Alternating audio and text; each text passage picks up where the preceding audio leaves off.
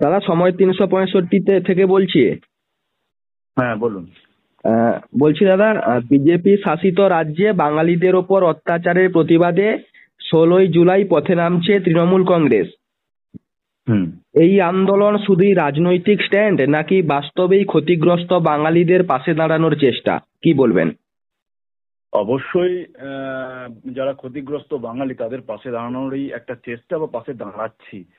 রাজনৈতিক স্ট্যান্ড তো এটা কখনোই নয়, কারণ আপনারা দেখছেন যে যে সমস্ত জায়গায় বিশেষ করে বিজেপি শাসিত রাজ্যগুলো রয়েছে সে সমস্ত জায়গায় যারা বাংলা ভাষায় কথা বলে, যাদের মাতৃভাষা বাংলা, তাদের উপর যে ধরনের অত্যাচার হচ্ছে সেই অত্যাচারের প্রতিবাদে আমাদের এই কর্মসূচি, আমাদের এই প্রতিবাদ।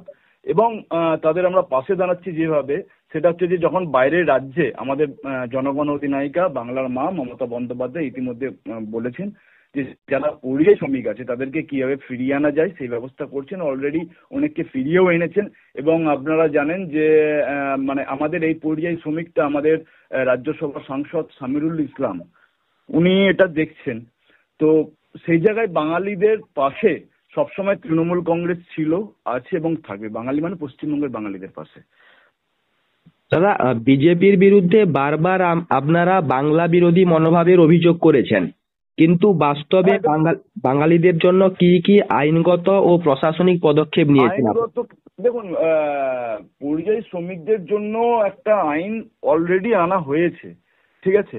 আপনারা দেখছেন যে বারবার অভিযোগ না, এটা সত্যতা। স্পেশাল ইনসেনটিভ রিভিশন মানে এসআইআর যে বিলটা পাস হয়েছিল কেন্দ্রে, ঠিক আছে, সেটা এবং তার পরবর্তীকালে আমরা দেখেছি বিজেপি সরকার একটা বিল আনার চেষ্টা করেছিলেন এনসিআর। তো আমরা দেখছি বিহারে, আসামে, ঠিক আছে, সেই ওই এনসিআরটাকেই এই এসআইআরটাকে ইমপ্লিমেন্ট করে ব্যাকডোর দিয়ে ঢোকানোর একটা চেষ্টা চলছে। আপনারা অলরেডি দেখেছেন যে আসামের মুখ্যমন্ত্রী তিনি বলেছেন যে ফর্ম ফিল আপের সময় যাদের মাতৃভাষা বাংলা লিখবে তাদেরকে বাংলাদেশি হিসাবে ধরে নেওয়া হবে এবং তাদেরকে বাংলাদেশি হিসাবে টিকা হবে।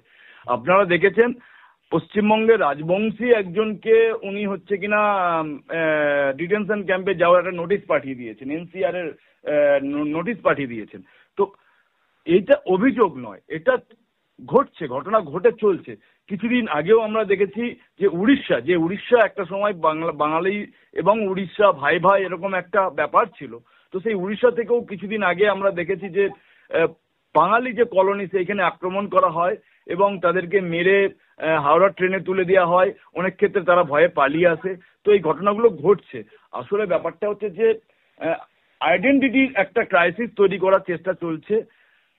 21-এ বাংলা দখল করতে পারেনি, 24-এ মুখ থুবড়ে পড়েছে, 26-এ গোহারান হারবে, 30টারও কম সিট পাবে। এটা জেনে বিশেষত বিজেপি শাসিত রাজ্যগুলিতে আমরা দেখতে পাচ্ছি বাঙালিদের উপর, যারা বাংলা ভাষী তাদের উপর একটা অত্যাচার হচ্ছে।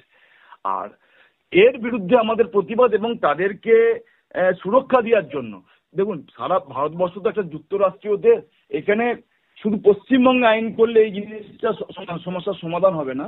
আমরা নিশ্চয়ই রাজ্যসভায় আমাদের দল এবং লোকসভায় যে সমস্ত প্রতিনিধিরা আছে তারা এটার ব্যাপারে সোচ্চার হবেন এবং এটা যাতে আইন করে একটা বিল আনা যায় সেই ব্যবস্থাটা করবে।